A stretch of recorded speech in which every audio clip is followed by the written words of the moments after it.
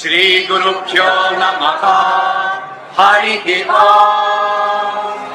ओम् भूर्भुवः स्वः तत्सवितुर्वरेण्यम् भर्गो देवस्य धीमहि धियो यो नः प्रचोदयात्।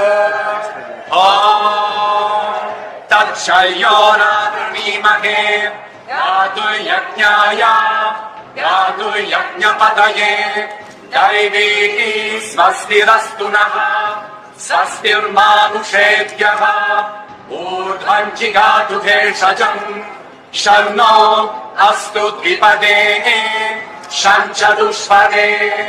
ॐ पृथिवी शान्ता साग्निना शान्ता सा मे शान्ता शुचगुं शमयतु।